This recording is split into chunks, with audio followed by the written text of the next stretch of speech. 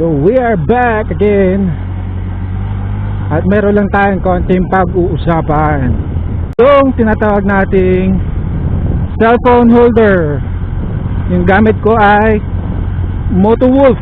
Kung matibay nga ba to? Yes, para sa akin matibay siya.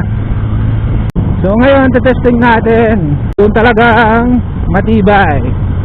Testing natin siya ngayon na patakbuhin hanggang 100. Papatakbo tayo hanggang 100. Kung safe ba siyang gamitin.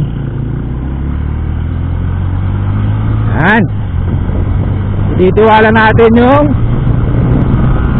cellphone natin sa tinatawag nating Motowolf.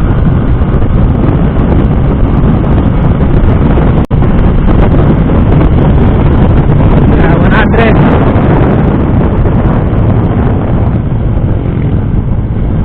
Okay naman, hindi pa rin umaalog. Safe na safe pa rin yung ating cellphone. Well, siguro pag mga ganitong mga motor lang, mababang CC is okay lang siya. Oo, okay lang. Ewan ko lang sa mga big bike kasi wala naman tayong big bike eh.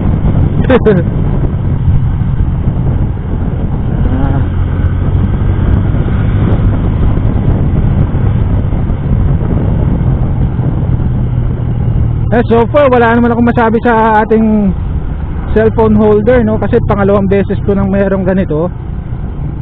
Yung isa kasi pinamigay ko. Yan. Pinamigay ko doon sa dati kong katrabaho. Nag-birthday kasi siya. So gusto daw niya ng ganito, yung cellphone holder. Kaya binigay ko sa kanya. Eh sino ba naman tayo para magdamot, diba? Share lang. Pero kung wala talaga, eh pasensya na lang muna.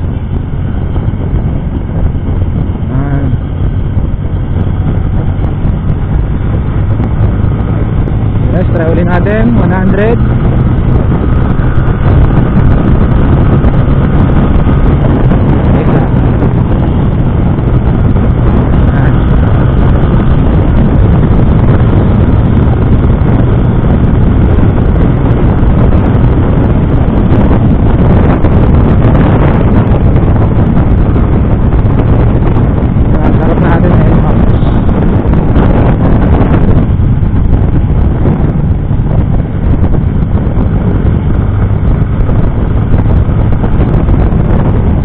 Importante naman eh, alam mo yung limit mo, no, sa motor, na wag ka magpapatakbo ng mabilis na hindi mo naman kaya. I mean yung hindi kaya ng motor.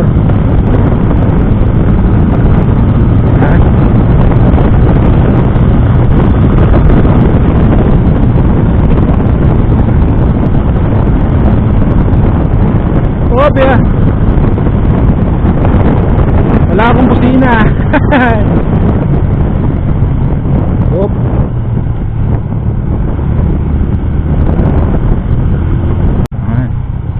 So ito lang masasabi ko sa Motowolf na cellphone holders. Good na good. Yan. Ito walang halong review o ano man yun. Kung ano lang yung nakikita ako sa kanya, no, sa performance niya. Actually ito Motowolf din na camera holder, pero bihira ko siyang lagyan ng camera dahil yung camera natin eh hindi siya, wala siyang stabilized na kaya pag nandyan siya sobrang vibrate or maingay. Hanggang 100 lang tayo. Welcome! Actually hindi na welcome, pauwi na ako. Hanggang dito na lang mga shoutout PRC BMX Riders Club Pangasinan Chapter. Welcome! Welcome na welcome po tayo, no? Shoutout nga uli Kay Sir Nat Motovlog, ayan po. Si Sir Russell natin, Russell TV, yan din po.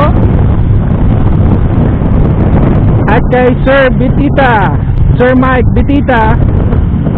So thank you sa mga comments nyo about sa ating video, no. So binago ko lang ulit itong ano natin, itong takip ng microphone.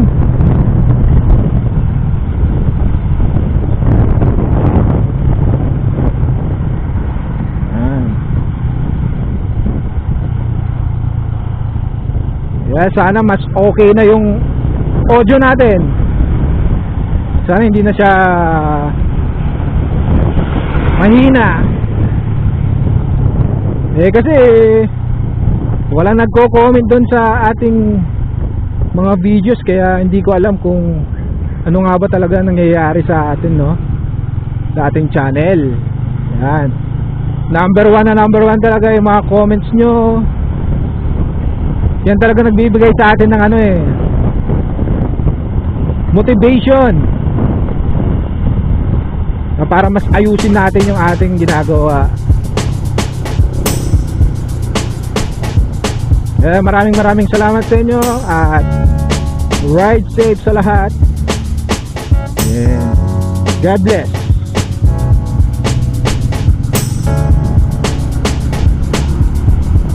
Yeah, babush.